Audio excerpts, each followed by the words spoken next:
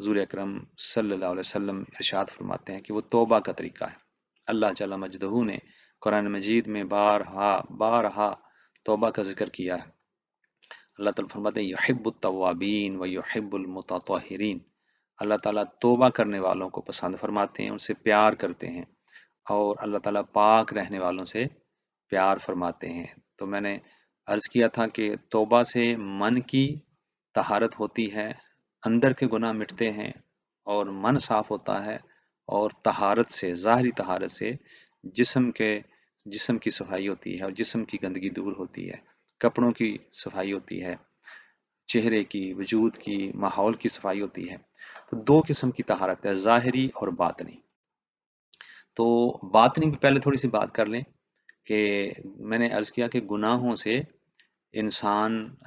کا من میلا ہوتا ہے، اور پھر اس کی وجہ سے چونکہ جنت میں صاف ہو کے جانا ہے، اس لیے انسان نے اس میں جہنم میں جلنا پڑے گا ان گناہوں کی صفائی کے لیے۔ تو ضروری ہے کہ انسان اس دنیا میں اپنے آپ کو صاف کر لے اور صفائی کرتا رہے، اور جس طرح آپ گھر کو دھوتے رہتے ہیں، جسم کو دھوتے رہتے ہیں تو صاف رہتا ہے، اس طرح من کی صفائی کے لیے توبہ کا وظیفہ ہے کہ انسان ہر وقت توبہ کرتا رہے، چونکہ گناہ ہوتے رہتے ہیں،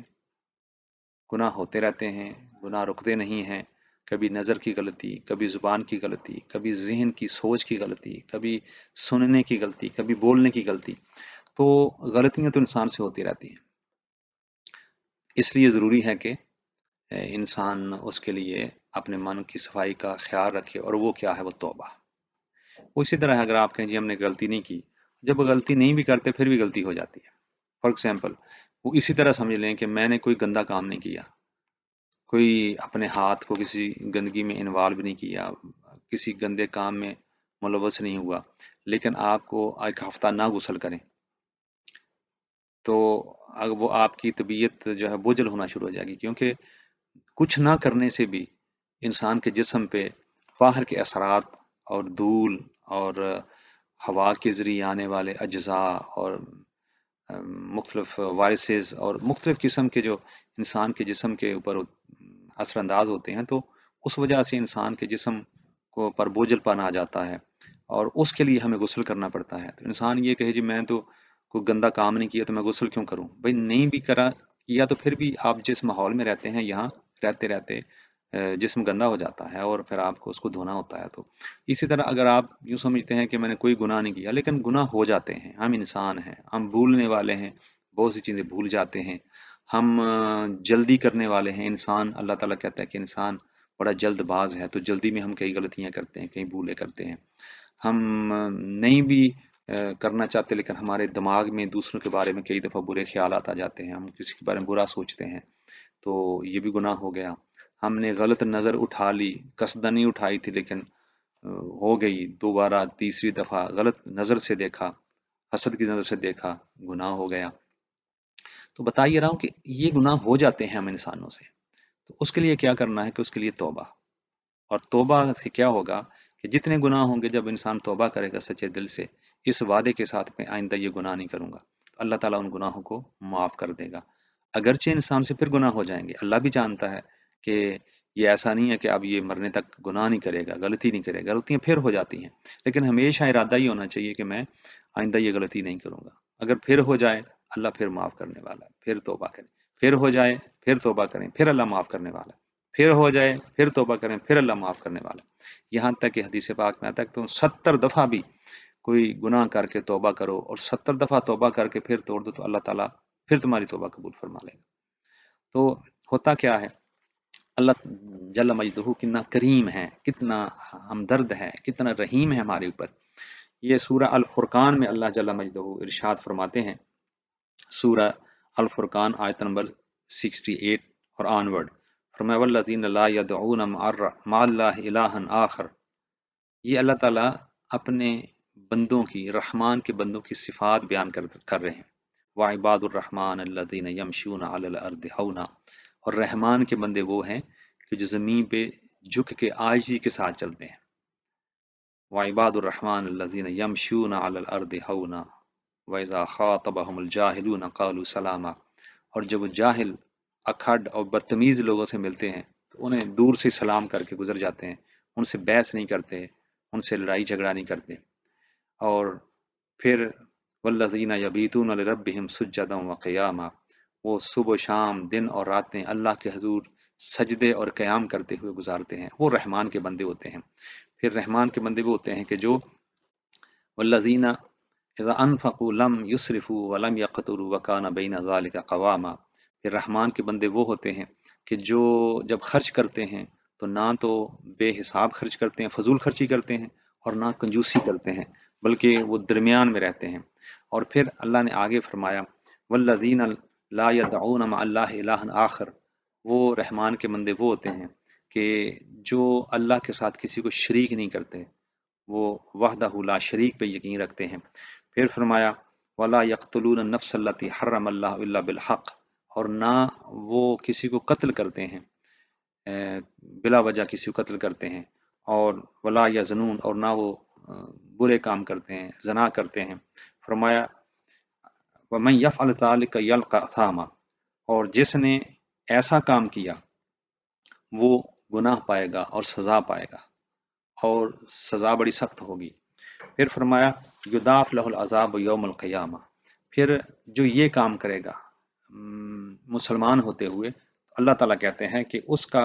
عذاب بڑھا دیا جائے گا، اس کے لیے قیامت کے دن عذاب دگنا کر دیا جائے گا، اور اس میں ذلت و خواری کے ساتھ ہمیشہ رہے گا۔ یضاعف له العذاب یوم القیامہ ویخلد فیہ مہانا، اور اس میں وہ ہمیشہ رہے گا جو یہ بڑے بڑے شرک کرے گا، قتل کرے گا، اور برے کام کرے گا۔ تو آپ نے دیکھا کہ برے کام کر کے انسان جہنم میں چلا گیا، اللہ تعالیٰ کہتے ہیں پھر ان کو عذاب بڑھا دیں گے۔ جو یہ کام کرے گا، گندے کام کرے گا، من اس کا گندا ہو گیا تھا، اس نے من کو گدلا کر لیا تھا، پلید کر لیا تھا وہ مومن، تھا وہ مسلمان، لیکن اس نے زندگی میں اتنے گناہ کر لیے تھے کہ من گندا ہو گیا تھا۔ اب اس کو ڈائریکٹ تو جنت میں لے جا نہیں سکتے، کیا ہوگا؟ پہلے اسے جہنم میں بھیجنا ہوگا، اللہ کے قوانین اور قواعد کے مطابق اور لاز آف گاڈ کے مطابق ان کو جہنم میں بھیجنا پڑے گا تاکہ ان سے صفائی ہو جائے، اور پھر اس کے بعد جب جتنے گناہ کیے ہوں گے اتنی سزا بھگت کے وہ پھر جنت میں بھیج دیا جائے گا۔ لیکن اللہ تعالیٰ یہاں اگلی آیت میں ارشاد فرماتے ہیں، سبحان اللہ، فرمایا الا من تاب وآمن وعمل عملا صالحا، فرمایا مگر وہ جس نے توبہ کر لی اور ایمان لے آیا اور نیک عمل کیے، توبہ کی اور ایمان لایا اور نیک عمل کیے، فرمایا وہ کیا ہوگا؟ یبدل اللہ سیئاتہم حسنات، پھر اللہ تعالیٰ ان کے گناہوں کو نیکیوں میں بدل دے گا، اللہ تعالیٰ ان کی گناہوں کو نیکیاں بنا دے گا اور گناہوں کو نیکیوں میں بدل دے گا۔ فرمایا وکان اللہ غفور الرحیم، اور اللہ تعالیٰ بہت زیادہ معاف فرمانے والا اور بہت زیادہ رحم فرمانے والا۔ تو ناظرین آپ نے دیکھا کہ جو من گندا ہو جائے تو اس کی صفائی کے لیے انسان کو پھر یہ توبہ کرنی ہوگی، اور کوئی چارہ نہیں ہے۔ اس لیے توبہ کرتے رہنا چاہیے کیونکہ گناہ ہوتے رہتے ہیں۔ حضور اکرم صلی اللہ علیہ وسلم ہمارا نبی جن سے گناہ ہو ہی نہیں سکتا، شیطان جن کے قریب بھی نہیں آ سکتا، آپ کا یہ حال تھا کہ آپ فرماتے ہیں واللہ انی اتوب اللہ فی یومن اکثر من 70 مرہ، حضور فرماتے ہیں کہ میں ہر روز اللہ سے 100 دفعہ توبہ کرتا ہوں۔ ایک حدیث پاک میں 70 سے زیادہ دفعہ میں ہر روز اللہ کے حضور توبہ کرتا ہوں، اور ایک حدیث پاک میں فرمایا کہ میں 100 دفعہ روزانہ توبہ کرتا ہوں۔ وہ ہمارے نبی جو بالکل صاف ہیں، پاک ہیں، بلکہ پاک کرنے والے ہیں ہم جیسوں کو، وَيُطَهِّرُكُمْ، اور وہ یہ نبی تمہارے لیے اس لیے بھیجا کہ یہ تمہاری صفائی کرے۔ وہ جو ہمیں صاف کرنے والے ہیں وہ گندے نہیں ہیں، ان کے دامن پہ کوئی دھبا نہیں ہے، ان کے نامہ اعمال میں کوئی غلطی، گناہ، قصور کچھ بھی نہیں ہے، لیکن پھر بھی وہ توبہ کرتے ہیں ہمیں سمجھانے کے لیے، امتیوں مجھے تو اللہ پاک نے اپنی حفظ و امان عطا فرمائی ہے، میں تو عصمت الہی میں ہوں، معصوم ہوں، عصمت میں ہوں، اللہ کی حفاظت میں ہوں، تم تو نہیں ہو، تم سے تو ہوں گے گناہ، غلطیاں ہوں گی، تو میں تمہارا نبی تمہارے سامنے توبہ کر کے اپنی سنت تمہارے سامنے چھوڑ کے جا رہا ہوں کہ میں اگر گناہ نہ کرنے کے باوجود بھی توبہ کرتا ہوں 100 دفعہ روزانہ، آپ جب گناہ کر رہے ہیں تو آپ کو بھی روزانہ 100 دفعہ تو کیا 1000 دفعہ توبہ کرنی چاہیے، تاکہ تمہارے گناہ بھی معاف ہو جائیں اور ساتھ ساتھ گناہ ہوتے رہیں اور ساتھ ساتھ معافی ملتی رہے۔ جیسے ہم گندے ہوتے رہتے ہیں اور ہر روز منہ دھوتے ہیں، ہاتھ دھوتے ہیں، جسم دھوتے ہیں، کپڑے دھوتے ہیں، اگر کوئی داغ نہیں بھی ہوتا پھر بھی محسوس کرتے ہیں کہ کپڑے گندے ہیں، پھر ان کو دھوتے ہیں۔ تو یہ دھونے کا عمل ظاہر میں بھی چلتا رہتا ہے اور باطن میں بھی ہونا چاہیے۔ تو گناہ وہ جو آخرت کے عذاب کا باعث بنیں گے، اس کے لیے ہمیں چاہیے کہ ہم طہارت اختیار کریں اور صفائی کریں، ان کی صفائی کرتے رہیں۔ یہ تھی باطن کی بات۔ بہت سی آیتیں ہیں، بہت سی احادیث ہیں، لیکن میں تھوڑا ظاہر کی صفائی کی طرف بھی آنا چاہتا ہوں۔ اسلام دین طہارت ہے، اسلام صفائی کا دین ہے، اور اسلام نے اتنا صفائی پہ زور دیا ہے کہ کسی اور دین، کسی اور مذہب، کسی اور قوم، کسی اور ثقافت، کسی اور تہذیب، کسی اور کلچر میں اتنی صفائی کا حکم نہیں ہے۔ اگر آپ کو دنیا میں کہیں صفائی نظر آتی ہے تو یہ یقین کریں کہ وہ اسلام کی دی ہوئی صفائی ہے۔ وہ چاہے یورپ ہو، چاہے کہیں بھی ہو، وہ جہاں بھی ہوگی، انسانیت کو صفائی اسلام نے سکھائی ہے، جسم کی بھی اور ماحول کی بھی، ظاہر کی بھی اور باطن کی بھی، قول کی بھی اور فعل کی بھی، ذہنوں کی بھی اور نظر کی بھی، ہر صفائی اسلام نے دی ہے۔ تو ناظرین، اب ہم تھوڑا سا نیچے آتے ہیں اپنی زندگی کے معاملات کی طرف، کہ ہمیں صرف لیکچر نہیں سننے، ہمیں صرف تصور نہیں سننا، ہمیں زندگی میں اس پر عمل کرنا ہے۔ تو مومن صاف ہوتا ہے، مومن گندا نہیں ہوتا، گندا مومن نہیں ہو سکتا، نہ ظاہر سے نہ باطن سے۔ اس لیے ہمیں ہر وقت صفائی کا خیال رکھنا ہے، اور اس صفائی میں جسم کی صفائی سب سے پہلے،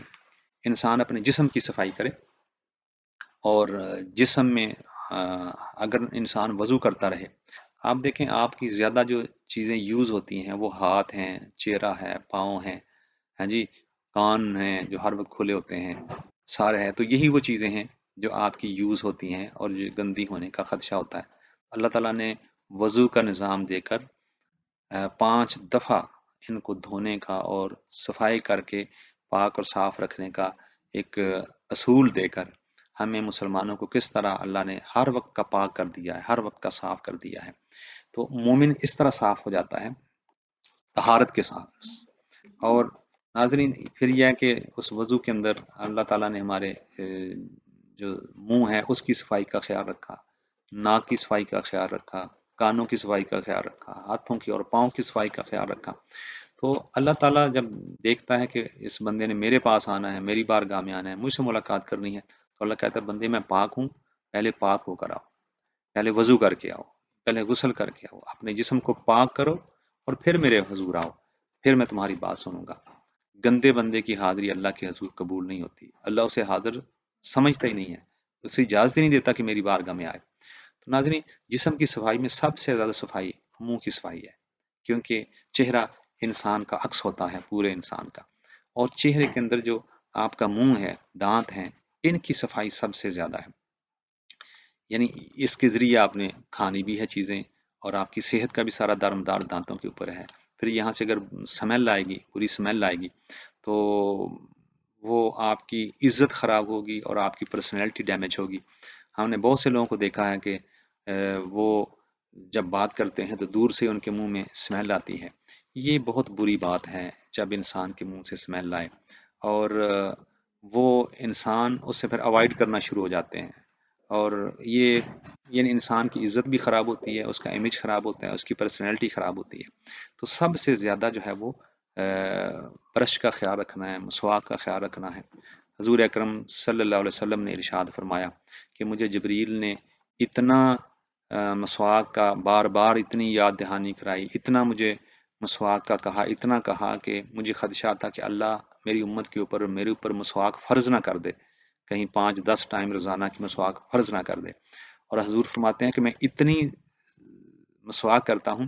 کہ مجھے لگتا ہے کہ میرے آگے والے دانت کہیں گر نہ جائیں۔ آقا صلی اللہ علیہ وسلم اتنی مسواک کرتے تھے۔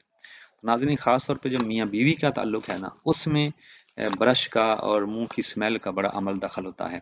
تو اس لیے یہ کوشش کیا کریں کہ منہ سے کسی کے یہاں بدبو نہ آئے، کسی کی سمیل نہ آئے کسی کے منہ سے۔ اور یہ ازدواجی زندگی اور شادی شدہ زندگی کے لیے اور زیادہ اہم ہو جاتا ہے کہ اگر منہ سے سمیل آئے گی تو جس کے منہ سے سمیل آئے گی دوسرا اس سے نفرت شروع کر دے گا اور نفرت پیدا ہو جائے گی۔ تو یہ بڑا خاص خیال رکھنا ہے۔ اس سے بہت سے فائدے ہوتے ہیں، اس سے چہرے پہ نور آتا ہے، اس سے انسان دوسرے نفرت نہیں کرتے، اس سے اللہ پسند کرتا ہے۔ پھر یہ ہے کہ آپ جب کھانا کھاتے ہیں تو وہ صاف اندر جاتا ہے، اس کے اندر کوئی ملاوٹ چیز، گندی چیز دانتوں سے نکل کے ساتھ نہیں جاتی، اور ہاضمہ خراب نہیں ہوتا، معدہ خراب نہیں ہوتا۔ تو یہ جو منہ کی صفائی ہے، حضور اکرم صلی اللہ علیہ وسلم بہت زیادہ خیال رکھتے تھے، بہت زیادہ خیال رکھتے تھے، اور بہت زیادہ حکم دیتے تھے، کیونکہ یہ انسان کی پرسنالٹی کی بات ہے، اور اسلام نہیں چاہتا کسی مومن کی عزت خراب ہو، اسلام مومن کو باوقار دیکھنا چاہتا ہے، اور صفائی کے اور گندگی کے ذریعے اگر انسان کی عزت خراب ہو رہی ہو، اس کی پرسنالٹی ڈیمیج ہو رہی ہو، تو یہ کوئی اچھی بات نہیں ہے۔ تو اپنے دانتوں کا خیال رکھیں، ایون کہ جب برش کرتے ہیں تو زبان کے اوپر بھی برش کریں، کیونکہ دانتوں سے صرف کرنے سے، اور جو دانتوں کے سوراخ ہیں ان کے اندر، بلکہ آج کل تو میڈیکیٹڈ تھریڈ ملتے ہیں، دھاگے ملتے ہیں، جن سے انسان کو اور زیادہ ہو جاتی ہے، صفائی ہو جاتی ہے۔ تو یہ جو صفائی ہے اس کا بہت زیادہ خیال رکھنا ہے، اسلام کا یہ حکم ہے، ہمارے آقا کا حکم ہے۔ پھر یہ ایک ناک کی صفائی، جس کے ذریعے ہم سانس لیتے ہیں، اور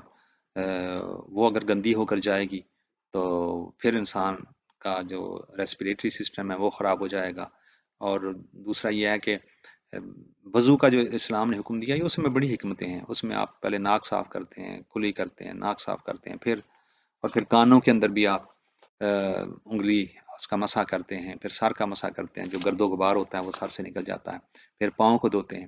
تو یہ جو صفائی ہے، اسلام اس کا بڑا زور دیتا ہے جسم کی صفائی کے اوپر۔ مومن کا چہرہ صاف ستھرا ہونا چاہیے، وجود صاف ستھرا ہونا چاہیے، کپڑے صاف ہونے چاہیے۔ اب کپڑے لے لیں، ہم کپڑے جو ہے وہ نئے سے نئے، اور جو ڈیزائنوں پہ ہم فکر کرتے ہیں، کوالٹی بھی کی فکر کرتے ہیں۔ اسلام کا زور کپڑوں کی صفائی کے اوپر ہے، کہ کپڑے ہر دفعہ نئے نہ بھی ہوں لیکن صاف ہونے چاہیے۔ ہاں جی، آقا علیہ السلام کپڑے کو بہت عالی شان نہیں پہنا کرتے تھے، لیکن صفائی کا بڑا خیال رکھتے تھے۔ آقا علیہ السلام کی زندگی ہر حوالے سے ایک ماڈل ہے، لیکن کپڑے بھی حضور اکرم صلی اللہ علیہ وسلم کے ہمیشہ صاف ہوتے تھے، اور ہمیشہ پاک ہوتے تھے، ہر وقت باوضو حضور اکرم صلی اللہ علیہ وسلم رہتے تھے۔ صحابہ کرام کو اس کی ترغیب دیتے تھے کہ ہر وقت باوضو رہنا ہے۔ تو ناظرین، جسم کی صفائی کا خیال رکھنا ہے، اس کے بعد اپنے جناب کپڑوں کی صفائی کا خیال رکھنا ہے، پھر یہ ہے کہ آپ جسم کے اندر، پھر آپ کے ناخن آتے ہیں کہ ناخن بڑی نہیں ہونی چاہیے، ان کا بہت زیادہ نقصان ہوتا ہے، کہ ان کے ذریعے جراثیم اور وائرس انسان کے جسم کے اندر جاتا ہے کھانے کے ذریعے۔ تو آج تو خواتین نے خاص طور پہ جو بڑے بڑے ناخن رکھے ہوتے ہیں،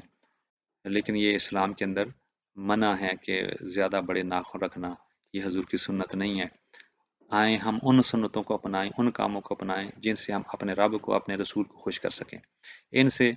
پتہ نہیں کون خوش ہوتا ہے، اور اگر کوئی خوش ہو بھی جائے اور اللہ اس کا رسول ناراض ہو جائیں تو وہ خوشی ہمارے لیے کتنی مومن کے لیے اہم ہے، اس پہ ہمیں تھوڑا غور کرنا چاہیے۔ اس کے علاوہ جو جسم کے فالتو بال ہوتے ہیں ان کو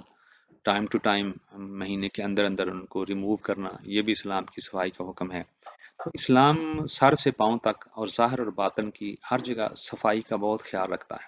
آپ جو انڈر ویئرس ہیں، آپ کے جو بنیان ہیں یا انڈر ویئر ہے، اس کی صفائی کا خیال رکھنا۔ یہ کئی تو لوگ کہتے ہیں کہ اصل بندہ صاف ہوتا ہے جس کے وہ نیچے والے کپڑے جو ہیں وہ صاف ہوتے ہیں، تو وہ بندہ صاف ہوتا ہے، اور اس سے انسان کو پتہ چلنا چاہیے کہ میں کتنا صاف ہوں۔ اگر وہ گندے ہیں اور اوپر سے بندے نے صاف کپڑے پہن لیے ہیں تو وہ حقیقتاً بندہ صاف نہیں ہے، وہ دکھلاوے کا تو صاف ہے، کپڑے تو اجلے ہیں، لیکن اس کے اندر ہو سکتا ہے اس کے پھر بال بھی بڑے ہوں، ہو سکتا ہے اس کا منہ بھی پھر گندگی سے بھرا ہوا ہو سکتا ہے اس کے کانوں میں بھی گندگی ہو۔ تو صرف ایک پہلو نہیں دیکھنا، زندگی کے سارے پہلوؤں کو دیکھنا ہے۔ اسی طرح گھر کی صفائی ہے، بیڈ کی صفائی ہے، اس طرح بچوں کو یہ سکھانا ہے کہ جب آئیں تو اپنے کپڑے ترتیب کے ساتھ اور صفائی کے ساتھ رکھیں۔ جس گاڑی میں آپ بیٹھتے ہیں، بہت سے لوگوں کی گاڑیاں دیکھی ہوتی ہیں کہ بہت گندی ہوتی ہیں، اتنا جہاں بوتلیں پڑی ہیں، جہاں جو بھی گند ہے وہ گاڑی کے اندر پڑا ہوا ہے،